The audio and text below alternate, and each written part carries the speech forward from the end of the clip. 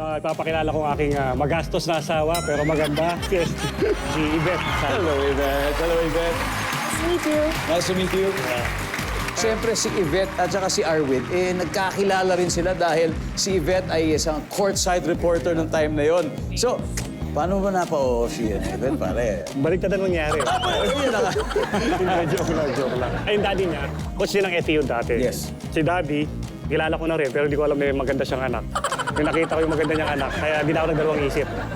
Iniwan ko na yung basketball. Ayan naman talaga. Yan naman talaga. Ano ba ang first impression mo, Yvette, sa kanya noon? So he's a very, kasi, parang family-oriented person.